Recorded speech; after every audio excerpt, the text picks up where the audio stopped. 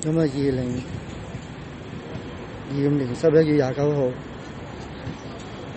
廣福縣嘅大火終於熄咗啦。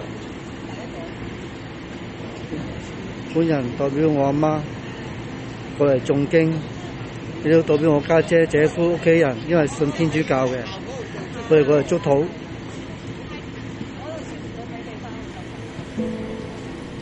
以天主之名，耶穌祝福死者早日一路好走，死者一路好走，傷者早日康復，亦希望死亡數字唔好再升。以天主耶穌之名，答謝神恩，大火終於熄咗啦。代表屋企人、天主教嘅屋企人過嚟祝福，亦都代表我阿媽屋企人信佛教嘅過嚟誦經。南無阿彌陀佛，南無阿彌陀佛，南無阿彌陀佛。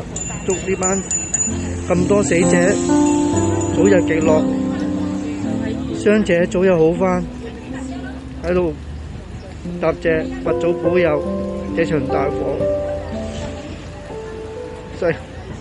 本人今年52歲，見過好多火燭，未見過咁嘅大災難喺我眼前出現，十分傷心。呢幾日都係失眠嘅。今日同老朋友、好朋友過嚟祝福，